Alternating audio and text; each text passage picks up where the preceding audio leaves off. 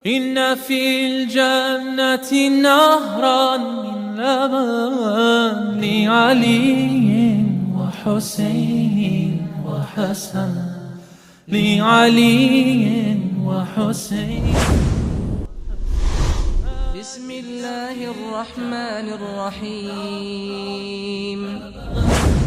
إن في الجنة نهرا من لبن لعلي وحسين وحسن لعلي وحسين وحسن. كل من كان محبا لهم، كل من كان محبا لهم يدخل الجنة من غير. أعوذ بالله من الشيطان الرجيم. بسم الله الرحمن الرحيم.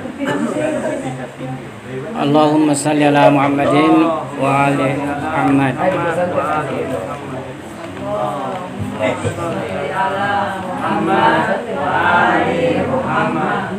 Allahumma sholli ala Muhammad wa ali Muhammad. Alhamdulillah, kembali kita melanjutkan kajian Mahdawiyah kita yang sudah kita mulai minggu lalu. Pada pertemuan minggu lalu yang kita sempat bahas itu tentang pengertian daripada Mahdawiyah secara bahasa, latar belakang istilah Mahdawiyah ini sendiri, dan pembuktiannya di dalam ayat suci Al-Quran, di mana para ahli tafsir Syiah membagi dua kelompok ayat-ayat Al-Quran tentang masalah Mahdawiyah. Pertama, ayat-ayat yang menegaskan atas kedarurian atau kemestian wujudnya imam, di mana di dalam pandangan Al-Quran Tuhan sudah memilih setiap umat baginya pemberi hidayah, sehingga umat ini bisa mendapatkan hidayah kepada Tuhan. Seperti ayat 7 surah Ar-Ra'd, Tuhan menegaskan walikulli qaumin hadin, dan bagi setiap kaum hadin. Hadin ismul fa'il, yakni yang memberikan petunjuk.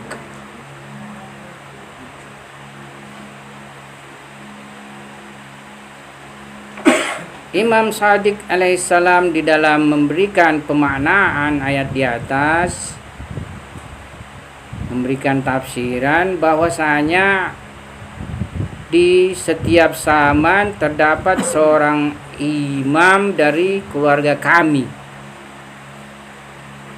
Tentu maksudnya setelah periodisasi para nabi sebelumnya, yaitu Nabi Islam mulai dan sesudahnya.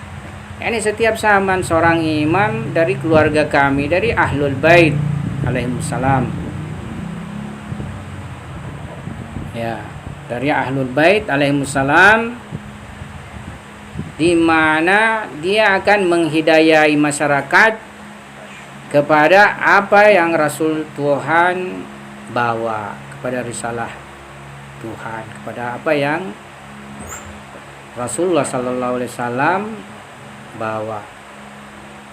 Ini kelompok pertama ayat suci Al-Quran yang menegaskan tentang kemestian wujud imam. Kelompok kedua ayat-ayat yang memberi kabar gembira atau basyarah tentang pemerintahan orang-orang saleh dan orang-orang mukmin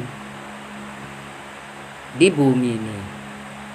Ini juga sudah kita singgung, seperti surah Al-Anbiya ayat 105, surah Al-Qasas ayat 5, ya.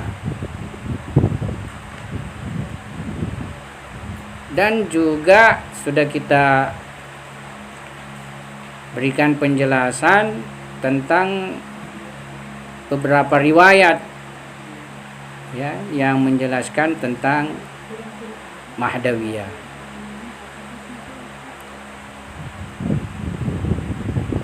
Tentang surah Al-Qasas sendiri ayat 5 ini terdapat banyak riwayat yang menjelaskan tentang kemunculan Imam Mahdi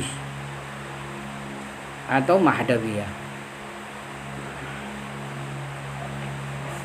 Nah, demikian pula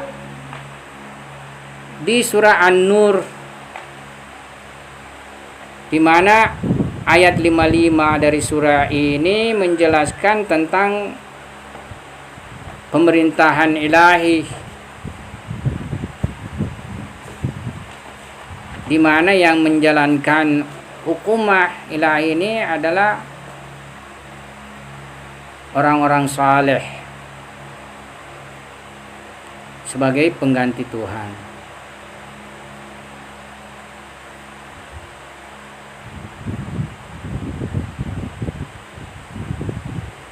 Dan merupakan janji Tuhan terhadap hamba-hambanya yang mukmin. Ya. Dari ayat ini juga keluar riwayat dari para imam Syiah bahwa ya yang akan merealisasikan nanti ini tiada lain adalah Imam Zaman serta para sahabat-sahabatnya.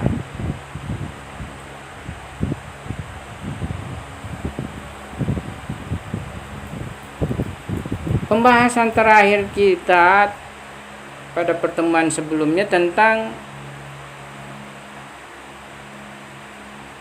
beberapa penyandaran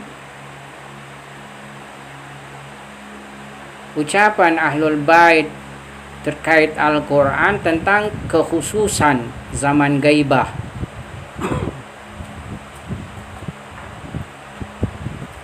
Di mana kekhususan zaman gaibah ini menjelaskan kedudukan daripada penanti muntazirun, ya, para penanti yang kita sudah singgung pada pertemuan sebelumnya itu adalah surah Al-Baqarah ayat 2-3. Nah, selanjutnya beberapa ayat yang lain terkait dengan masalah ini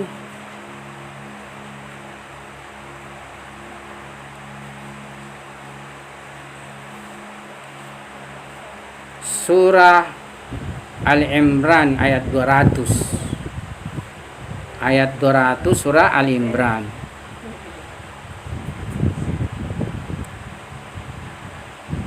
Di mana salah satu sifat penanti yaitu sabar dan senantiasa menjalin hubungan kepada tentunya imam.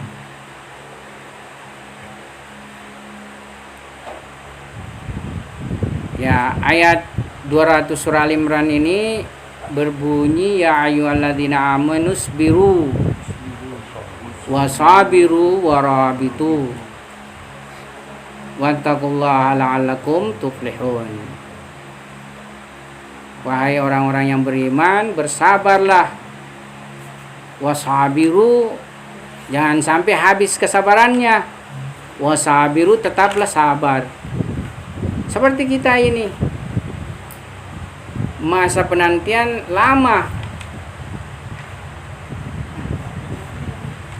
Misalnya sejak periodisasi gaib sugra itu, saya gaib kubra, ya sudah 1000 tahun lebih, 1200-an tahun lebih kan? Ya. Makanya tidak cuma bersabar saja, jangan sampai hilang. Wasabiru, tetaplah dalam kesabaran, pertahankan kesabarannya itu. Warabitu, dan Ya, rabata, rabitu yakni jalin hubungan. Jalin hubungan. Yang penting ini kita sebenarnya bagaimana bisa menyambungkan diri kita dengan imam zaman.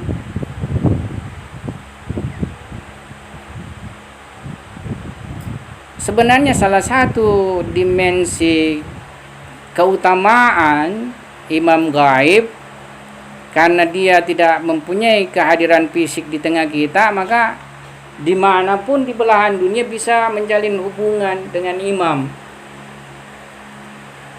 Beda misalnya kalau imam hadir, kalau dia tubuhnya ada di Mekah, tidak ada di Makassar. Ada misalnya di Mashhad, tidak ada di Jakarta. Kan begitu. Secara fisik. Dan ketika misalnya seseorang di alam fisik ini, materi ini, lebih galaba itu hukum-hukum materi.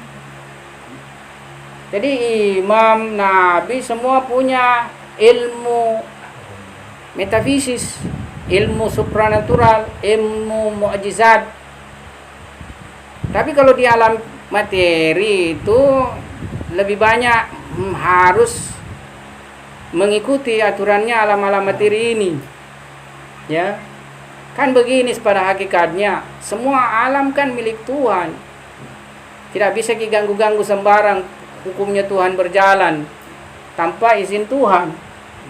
Makanya meskipun misalnya ada orang punya kemampuan melakukan suatu perbuatan supranatural, kalau tidak dapat izin Tuhan, itu sebenarnya sama dengan dia berbuat kurang ajar sama Tuhan di dalam aturan Tuhan, mau-maunya.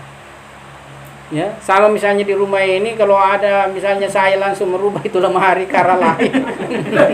bilang Pak Lukman, kamu apa ada apaan ini? Ya. Ya. Jadi tetap dengan izin Tuhan. Makanya Nabi Isa alaihissalam itu menghidupkan orang mati, menyembuhkan penyakit, dan semua ilmu-ilmu gaibnya dia sandarkan dengan izin Tuhan. Dengan izin Tuhan. Ya.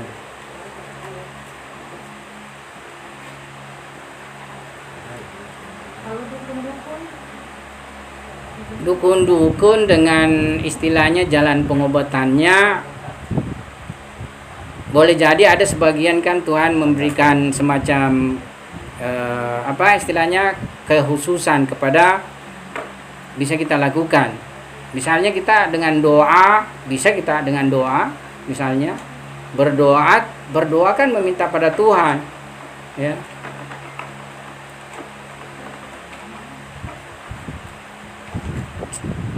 Sama juga seperti misalnya dokter kan dia melakukan pengobatan itu lewat materi, alam materi, sesuai dengan alam materi ini. Tapi terkadang seorang ulama melakukan pengobatan dengan berdoa. Misalnya air dia doakan supaya bisa dengan diminum seorang sakit sembuh, atau dia doakan. Ini tidak menyalahi yang kita maksudkan ini, ya. Jangan diperpanjang, nanti tertuduh kesian para dukun. Ya. Ala kulli hal, di dalam sufistik itu dibahas terkait masalah itu. Di dalam irfan. Jadi tidak sembarang itu misalnya sufi, urafa menggunakan karamah-karamah. Nanti topi ada izinnya dari Tuhan dia lakukan. Kalau tidak, seperti itu tadi sebenarnya. Jadi dia tidak memandang penting hukum materi Tuhan. Tapi bisa saja dia lakukan, ada pemberian wewenang baginya, karamah, tidak ada masalah.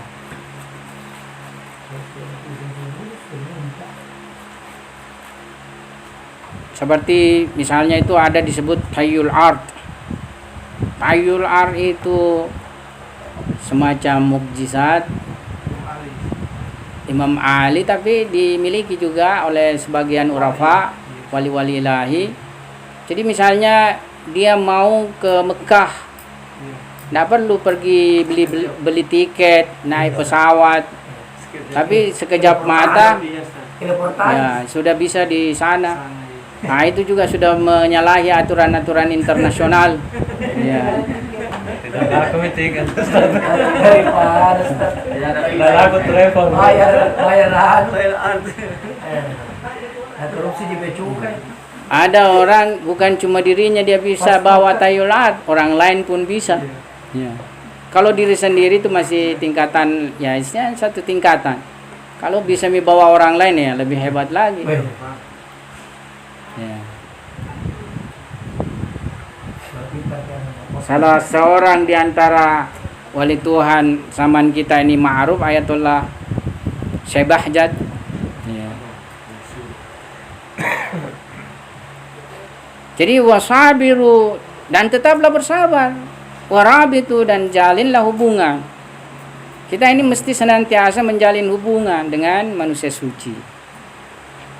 Dalam sehari kita sudah apa istilahnya, haruskan diri kita untuk punya hubungan dengan Imam Saman. Itu tadi kemudahannya karena beliau gaib, sehingga kita bisa dengannya menjalin hubungan lewat jarak jauh. Jadi pertemuan dengan Imam Saman itu bukan terjadi hanya di Kufah kah, di Mashhad kah, di Mekah kah. Kalau seseorang mempunyai zamine artinya potensi, kesiapan, ya di Makassar saja ini bisa saja terjadi pertemuan dengan Imam Zaman dengan siapa saja yang mempunyai kualifikasi untuk bertemu dengan Imam Zaman. Ya. Dan juga tidak melulu ulama, tidak melulu misalnya wali, kadang bukan tonji wali, tapi ada hal-hal tertentu di mana kadang Imam Zaman hadir kepadanya. Ada sebuah cerita. Jadi cerita ini ada seorang kayak sopir truk, ya, selalulah membawa muatan. Ya. Suatu ketika dia bepergian lah dengan mobil truknya di sebuah tempat mati ki. Ya, mati ki. Nah dia ini seorang juga montir, ahli lah dalam permesinan. Jadi pikirannya enteng saja, sebentar ji ini saya selesaikan mobil ini. Ya. Jadi dia sudah istilahnya perbaiki, menurut pikirannya itu yang harus dia perbaiki berkali-kali, tapi tidak bisa juga. Sementara ini datang hujan salju lebat. Ya. Kalau orang itu terkurung di sebuah tempat salju, tidak ada nanti itu bisa tolong ki. Karena untuk pergi kendaraan ke situ kan tidak bisa terjangkau kadang. Ya. Penuh juga salju itu jalanan, tidak ditahu mana mi jurang, mana misalnya lubang, mana mi jalan. Ya. Jadi dia ini sudah sangat takut sekali bahwasanya kalau dia ini penuh salju nanti ini dan dia tidak sempat hidup mobilnya dan menjalankan mobilnya, ya, niscaya bisa dia katakan 80% ajalnya sampai di situ. Ya.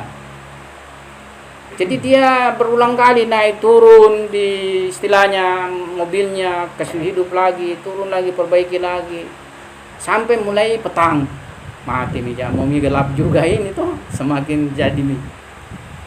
Nah di situ mi dia berjanji pada Tuhan, kalau saya tertolong, ya tertolong pada saat ini,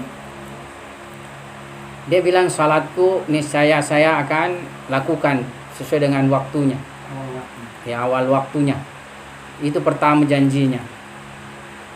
Kemudian yang kedua yang kita tidak tahu rahasia, ada perbuatan dosa yang selalu dia lakukan. Dia bilang dia akan tobat dan tinggalkan sama sekali. Nah, tidak lama dari itu datanglah seorang yang biasa dalam cerita ulama, seorang yang misalnya Arab yang berwajah bersinar, ya. Itu datang saja pegang-pegang mobilnya. Kemudian saya tidak tahu apakah dia ajak dia bilang kasih hidup di mobilmu atau tidak. Jadi begini caranya. Jadi itu muncul muka syafahnya ketika dia sudah dalam keadaan mau tidur, kecapean mi. Itu orang kan kalau sudah memperbaiki jadi dia sudah mau tertidur itu. Kalau tertidur mi pasti mati karena penuh salju nanti tidak ada mi. Ya. Jadi hampir tertidur di situ mirip ada muka syafah. Ya, biasanya itu memang awal muka syafa itu antara tidur dan sadar atau awalnya mimpi sebenarnya itu muka syafa awalnya, ya. Jadi dia datanglah itu seorang yang berwajah tampan, berwajah seri, ya. Pegang dia punya mobil, apakah dia bilang kasih hidupnya atau tidak? Tapi setelah itu dia kasih hidup mobilnya lah, langsung bunyi mobilnya. Kemudian dia melihat tidak ada itu istilahnya hilang nih. Ya, mungkin kan kalau kita sesuai dengan pengalaman istilahnya kan sesuai dengan kepercayaannya, interpretasinya pasti Imam Zaman. Tapi menurut kalau kita bisa tafsirkan lagi bisa saja suruhannya Imam Zaman atau siapa, ya, seperti itu. Ala kulli hal, yang seperti ini bukan hanya istilahnya bagi seorang ulama besar dan sebagainya, tapi kalau bagusnya itu ulama besar memang tahu bahwa Imam Zaman itu, ya. Jadi dia istilahnya tahu. Ala kulli hal. Jadi warab itu minimal misalnya kita doa itu doa faraj Imam Zaman, Allahumma kulli waliyikal Hujjat ibnil Hasan. Kalau bisa misalnya doa ahad, ya. Kalau tidak bisa putar sebagai hubungan kasih bunyi saja. HP sekarang ada misalnya ya doa ahad, syara syura dan lain sebagainya.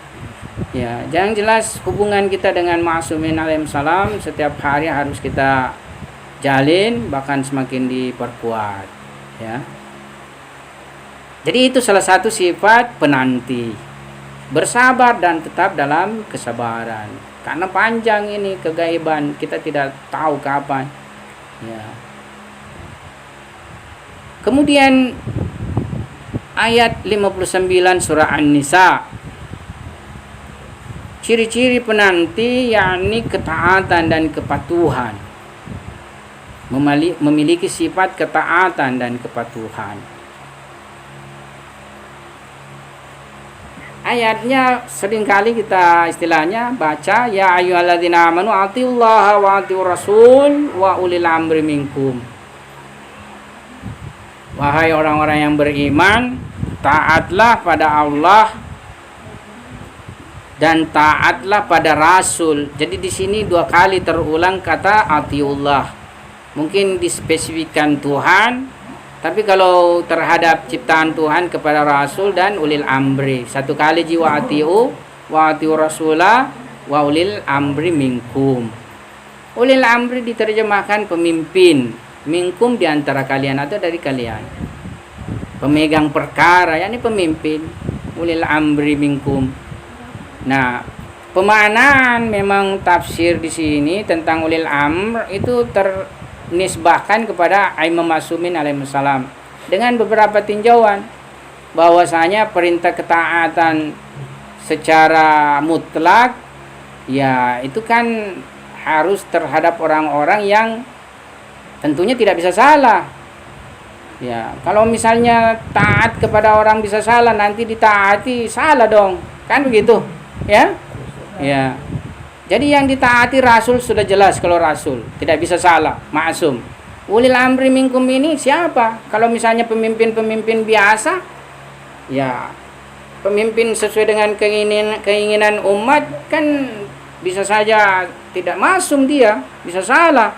Makanya harus pemimpin pilihan Tuhan juga yang ditaati secara mutlak. Ya. Kalau pemimpin tidak pilihan Tuhan bisa salah.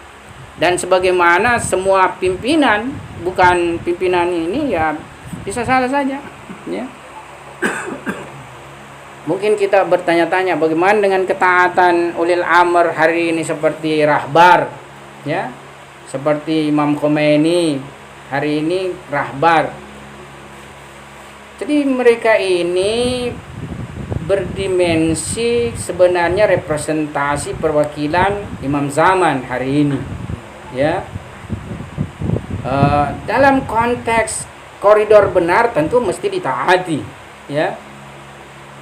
Dan selayaknya niscaya senantiasa benar kalau dia representasi wakil imam zaman, ya.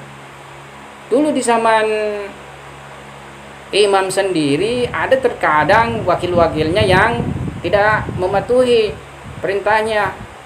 Nah, tentu yang seperti ini tidak ditaati, ya.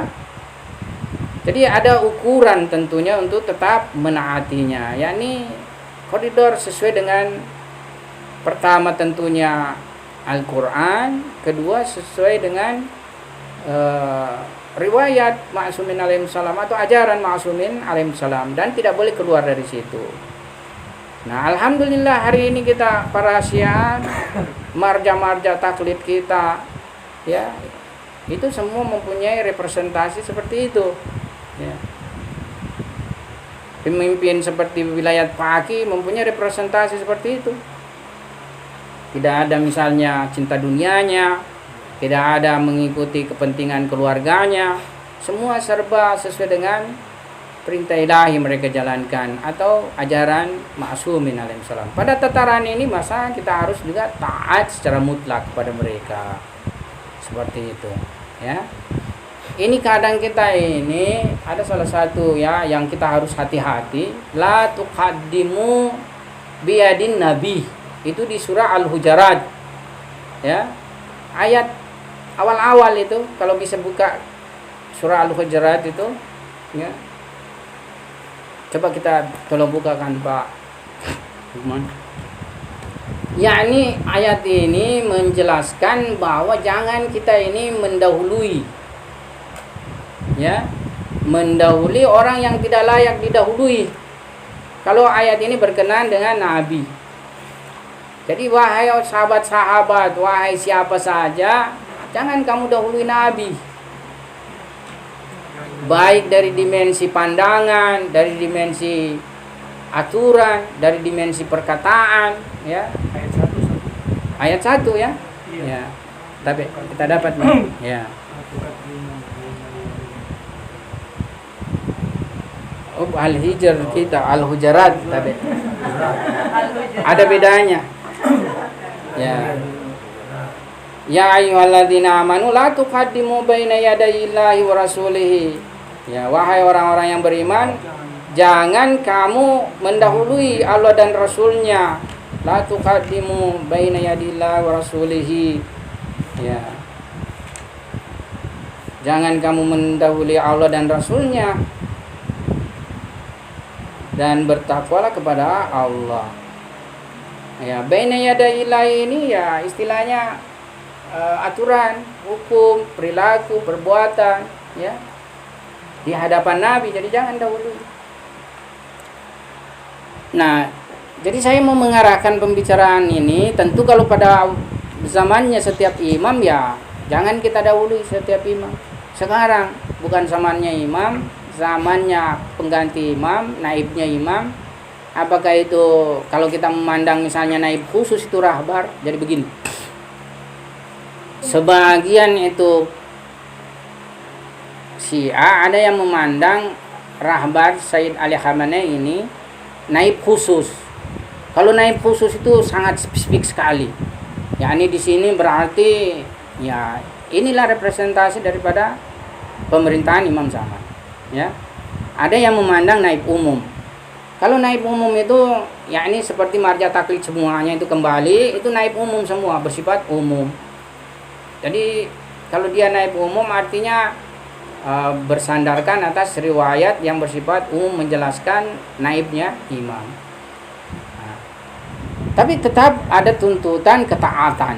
Misalnya kita ini bermarja kepada siapa, ya kita harus taat terhadap apa yang menjadi fatwa marja kita. Ya. Kalau misalnya permasalahan tadi, kalau kita berkeyakinan naib khusus, ya kita harus taat. Seperti misalnya sekiranya imam hadir, seperti itu ketaatannya kepada naibnya. Ya. Kenapa? Kalau ayat ini yang saya bacakan tadi itu apa? Ya, apa konsekuensinya kita tidak taat kepada Rasul atau kalau misalnya zaman imam kepada imam, ya? Itu konsekuensinya yakni bisa saja amal kebaikan kita itu gugur. Ya. Konsekuensinya bisa saja amal kebaikan kita itu gugur dan kita tidak menyadari.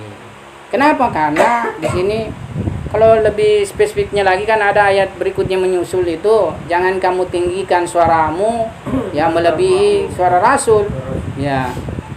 Jadi fenomena ini semua termasuk misdaknya, ya. Jadi termasuk misdaknya bahwa mendahului Nabi, ya, mendahului Rasul, yaitu lebih tinggi suaranya ketimbang Rasul. Ya, misalnya mungkin ngomong dia merasa lebih benar, lebih tinggi suaranya, ya, seperti itu. Ada contohnya Ya, istilahnya cari sejarah misdaknya, ya, dalam sejarah misdaknya. Jadi seperti itu. Ya. Nah, itu tadi konsekuensinya, ya, bahwasanya bisa saja terhapus amalmu sementara kamu tidak menyadari. Sebenarnya intinya ketakhormatan kepada Rasul misalnya, ketakhormatan kepada imam, ketakhormatan kepada pengganti imam dan lain sebagainya. Jadi kita kembali. Jadi menuntut ketaatan, makanya ulil amri di sini tidak boleh sembarang pimpinan yang bisa salah, harus pimpinan yang sifatnya tidak salah. Ya. Misdaknya kalau penafsir Syiah yaitu aimam ma'sumin alaihissalam ulil amri ini. Karena rentetan ketaatannya di apa istilahnya di apa kan? Setelah Allah, Rasul, kemudian dia. Ya. Nah, lantas hal yang lain terkait kondisi zaman gaib, adanya ujian kesulitan. Ya. Jadi para pecinta Ahlul Bait itu akan mendapatkan ujian-ujian kesulitan. Ya. Itu di ayat 69 surah An-Nisa sebagai nisbah ayatnya, sebagai sanad ayatnya dipakai para penafsir. Walanabluwannakum bisyai'in minal khaufi wal ju'i wa naqsin minal amwali wal anfusi wat thamarat wa basyiris sabirin.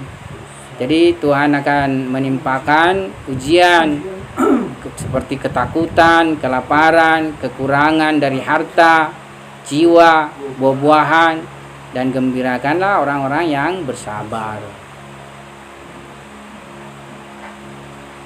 Lantas yang lain pada masa gaibah ini, musuh-musuh itu berusaha melemahkan keyakinan terhadap Mahdawiyah. Jadi akan banyak muncul subhat-subhat terhadap masalah Mahdawiyah, baik dari dimensi menetapkan eksistensi Imam Mahdinya sendiri maupun berbagai hal, ya, terkait masalah Imam Mahdi. Ya, itu di surah tapi ujian kesulitan tadi itu saya salah, ayat 155 surah Al-Baqarah. Kalau yang ini adalah ayat 69 surah An-Nisa, baru ayat 69 surah An-Nisa. Wa may yuti'illaha war rasula fa ulaika ma'al ladzina an'ama Allahu 'alaihim minan nabiyyin was-siddiqin wasyuhada wa husna ulaika rafiqa. Oh, ini juga saya salah penjelasan Ki. Kalau upaya melemahkan itu surah Ibrahim.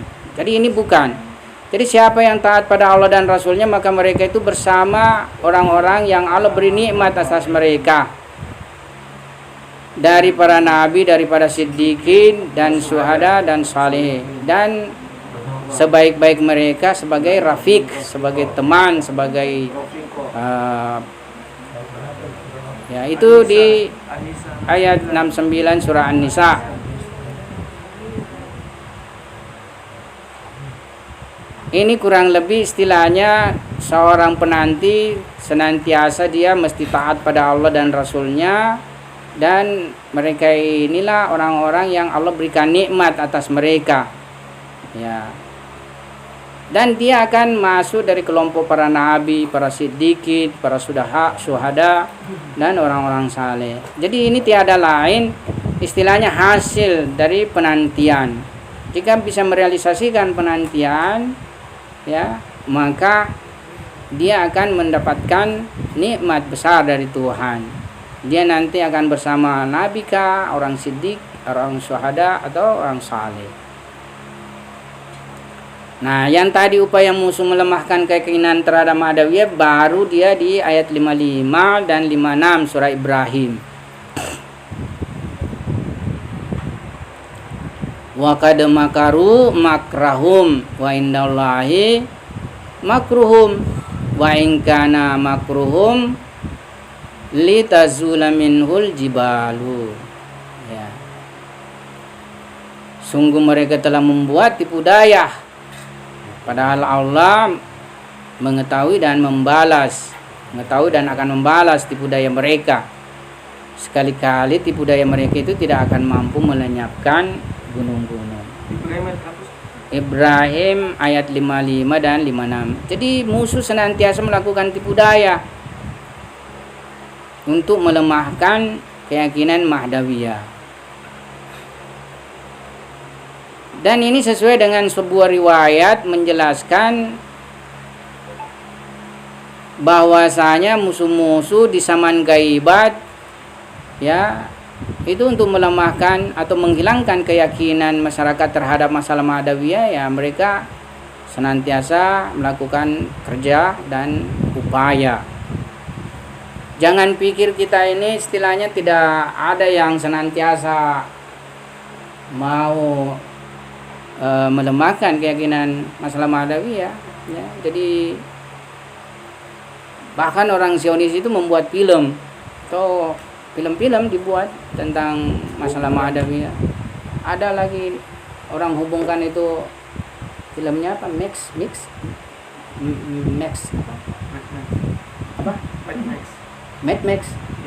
Itu Mad Max yang mana itu filmnya? Kartun. Gila itu. Nah, Mad Max kan tahun 2003 dibuat, 2002 juga.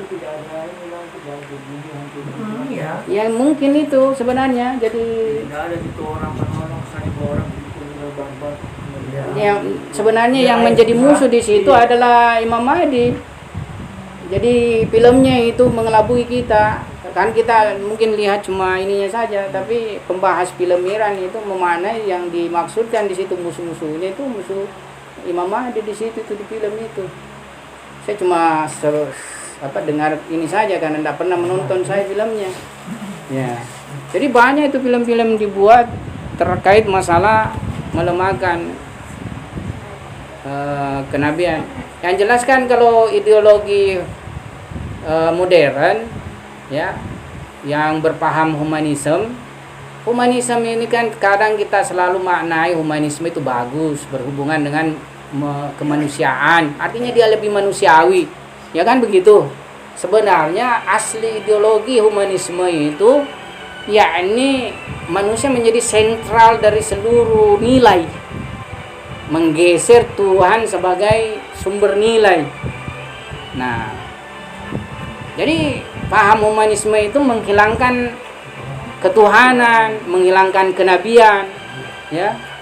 Nabi-nabi itu dihapus, diganti dengan tokoh-tokoh Superman, Batman, Spiderman. Jadi kita itu sebenarnya tidak paham, diarahkan untuk ke situ. Makanya sejak saya paham ideologi ini, Anakku tidak pernah itu kuizinkan nonton Batman, nonton Spiderman, menderita dia kasihan. Karena kalau kita dulu kan, wah, kapan jadi film Batman? Kalau yang seusia saya masa-masa itu, wah, ditunggu betul itu. Ya. Padahal waktu-waktu itu waktu mengaji, waktu baca Quran kita harus pergi mengaji, diputar itu film. Ya. Ya, jadi itu semua sebenarnya menghilangkan dimensi nilai ilahiyah, kenabian, digantikan dengan tokoh-tokoh fiktif. Ya, jadi tidak perlu percaya nabi, percaya Superman saja. Ya. Percaya Batman. Itu ya, kalau mungkin seru-serunya bagus, tapi itu ada kandungan ideologiknya, itu kita tidak paham.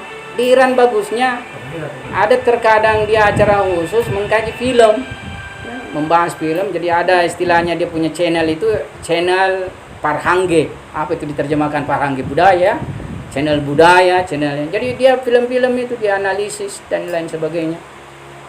Ya, jadi seperti itu. Jadi jangan kita terjebak itu. Kan terjebak sekarang. Ya, Superman, Batman dan lain sebagainya. Anak-anak kita konsumsi, ya, dan lain sebagainya. Sebenarnya semua mengandung dimensi tidak ada lepas nilai, karena tidak ada orang itu berbuat tanpa nilai. Apakah nilai liberal, nilai agama, nilai apa saja menurut keyakinannya, dia tuangkan di dalam seninya, di dalam seni. Ya. Yang saya pikir sekarang ini, kenapa kita ini terhalang muka sapa semua? Terlalu banyak khayalan kotornya, khayalan salahnya. Jadi ya alam nurani ini susah tersingkap. Mau misalnya kita ke sana, datang Batman, datang Superman, ya, dan lain sebagainya, susah. Bukan ulama yang kita temani ketemu. Ya. Ketemu Superman gembira ya, Ustaz. Astagfirullah. Terlalu banyak daya khayal, jadi daya imajinasi kita, khayal itu dilarikan kepada sesuatu yang tidak mempunyai realitas. Ini fiksi, murni fiksi ini. Ya. Ini yang mesti nak kritik Rocky Gerung, bukan agama, bukan kitab suci, itu fiksi. Ya.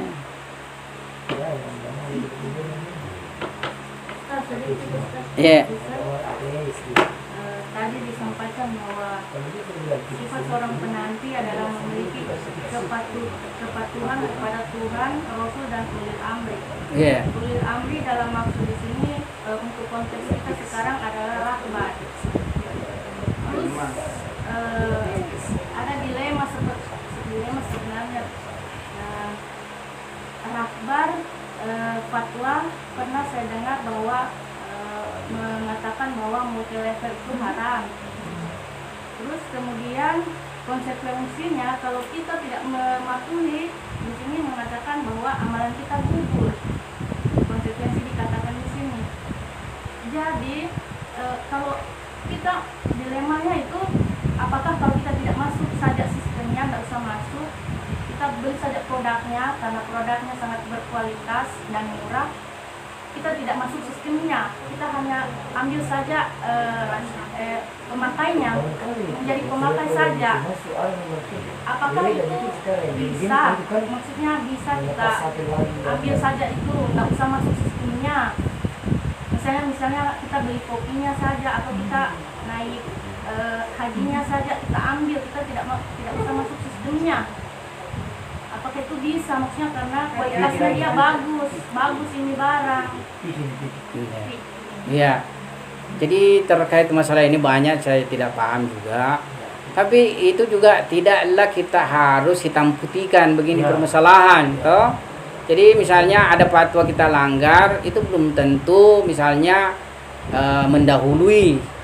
Mungkin dimensi itu kita berdosa, tapi dalam dimensi yang lain kita tidak melakukan kesalahan. Ya. Sama jika kita misalnya sama Tuhan ini kan, ada perbuatan kita lakukan berdosa, ya, tetapi tidak berarti kita sudah di luar dari keyakinan terhadap Tuhan atau ketaatan kepada Tuhan. Ya, ada yang kita tidak taati, masih banyak yang kita taati. Makanya ada yang dibilang berdosa toh.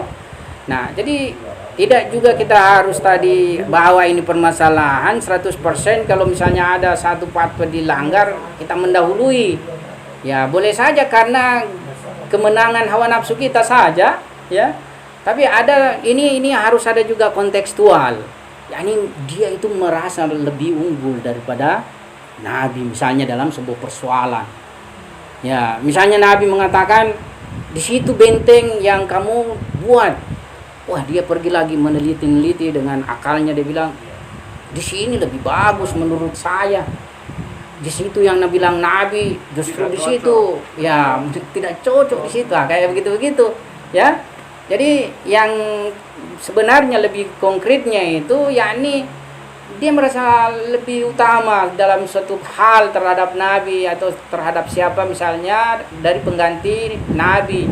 Kan ulama juga itu pengganti Nabi, pewaris Nabi. Jadi begitulah rentetannya. Tapi bukan dalam artian ada fatwa kemudian kita langgar, itu ada hukum tersendirinya, yakni berdosa di situ, wilayah di situ, ya. Tapi bukan mendahului dia dalam ini. Artinya hawa nafsu tak yang unggul saat itu, ya.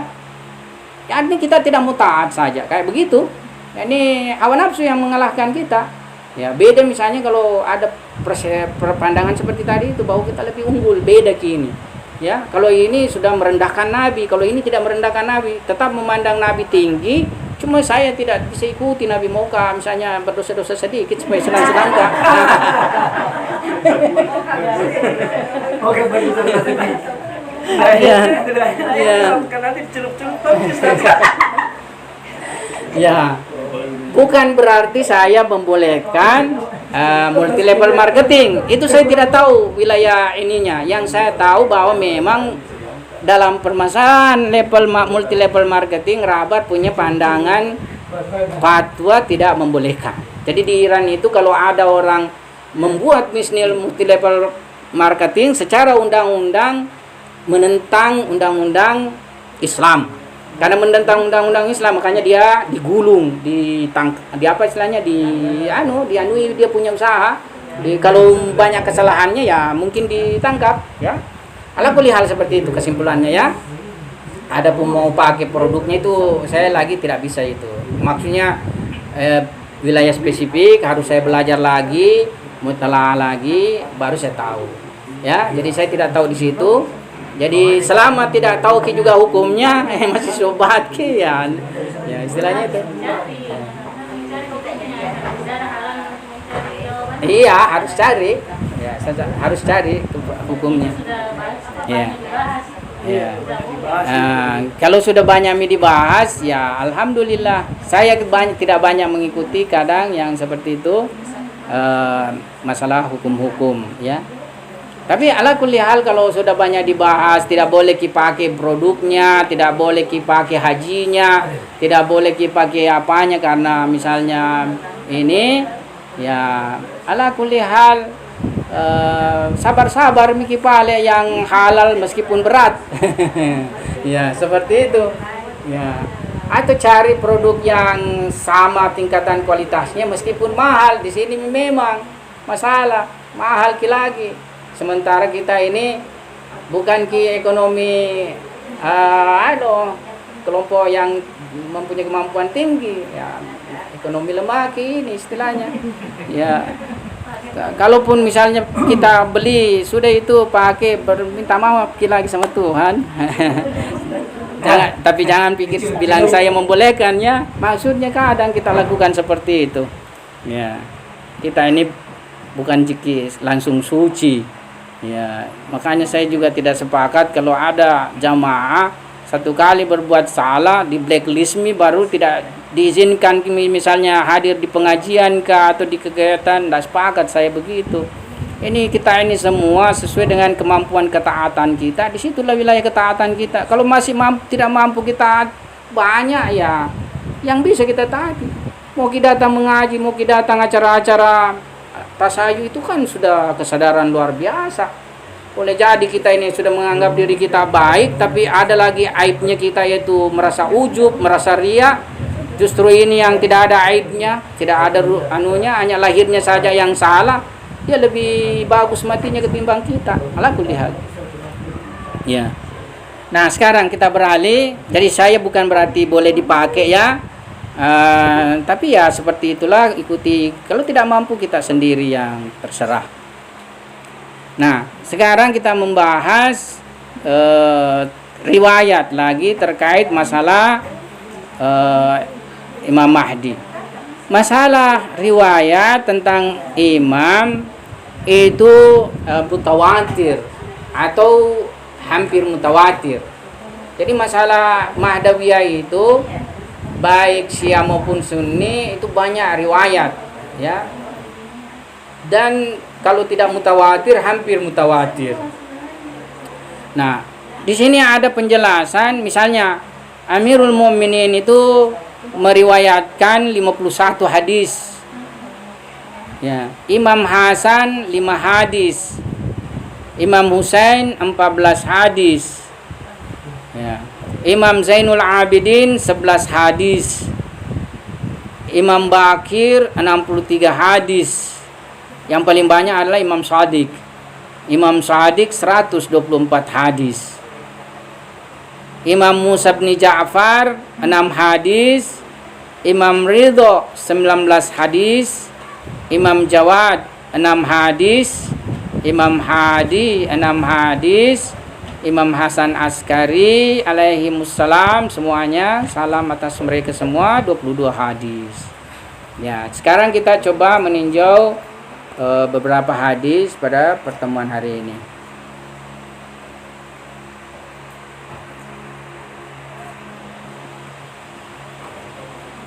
Ya. Hampir habis selesai satu memahami hadis ini. Saya harus pulang persis 5.30. Ya. Nah, bukan cuma itu, khawatir tidak bisa nanti di jalan, takut yang dibonceng. Mendung juga Ustaz. Ya. Mendung juga. Jadi pertama riwayat dari Nabi Sallallahu Alaihi Wasallam dari Abu Sa'id Al-Khudri. Abu Sa'id Al-Khudri menukil bahwa Rasulullah Sallallahu Alaihi Wasallam berkata kepada putrinya Fatimah, ya, alaihissalam. Di sini kok ya bunayya dia pakai ya, tapi ada hanya berarti ya bunayya tuh, ya perempuan. Wahai putriku, wahai putri kesayanganku, ya. Inna a'taina, sesungguhnya telah diberikan kepada kami, ahlul bait, sab'an 7. Lam yu'tiha ahadun kablana, ini tidak diberikan padanya seseorang sebelum kami.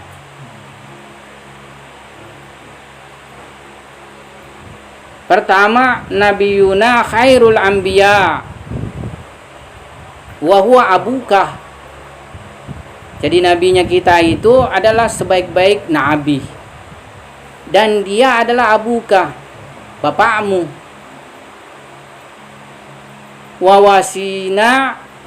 Wawasiyina atau wawasiyuna, kalau kita baca marfu'i, dan wasi kita khairul ausia, sebaik-baiknya wasi. Wa huwa ba'luka, dan dia suamimu.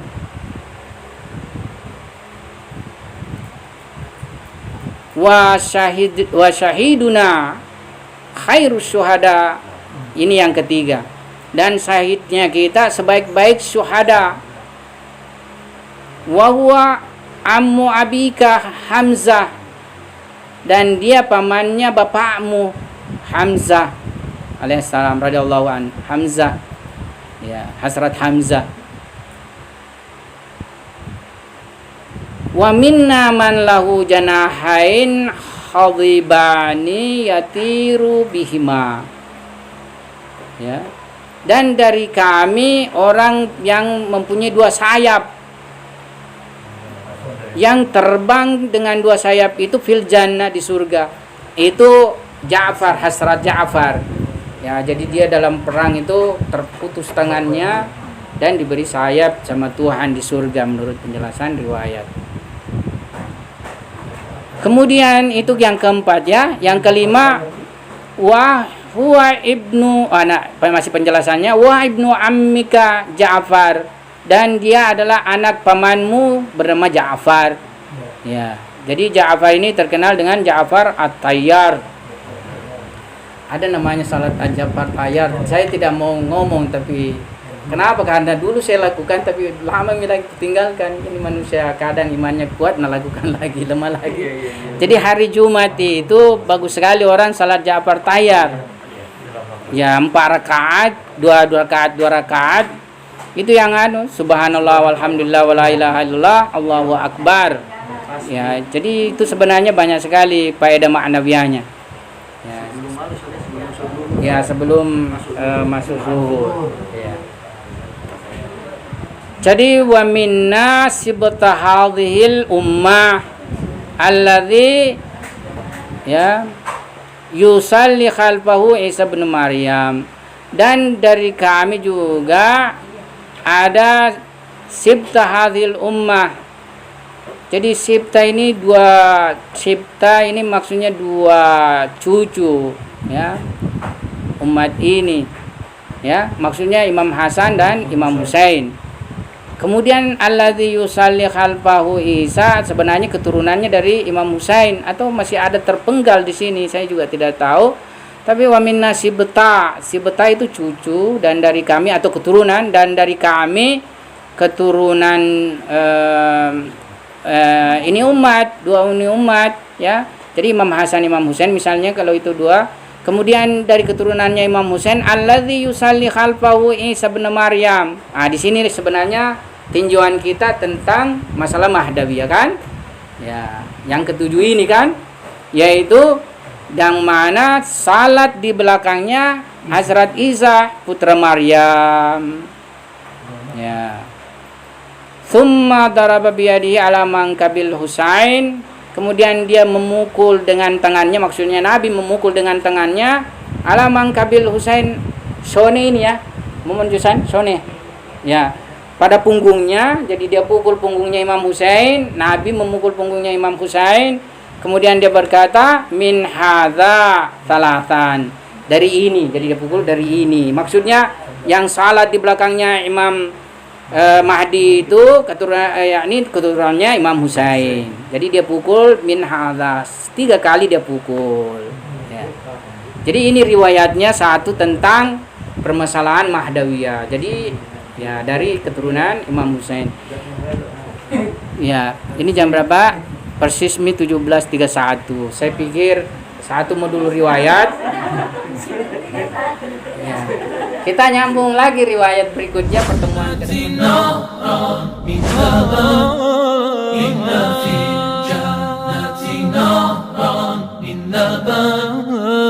علي وحسين وحسن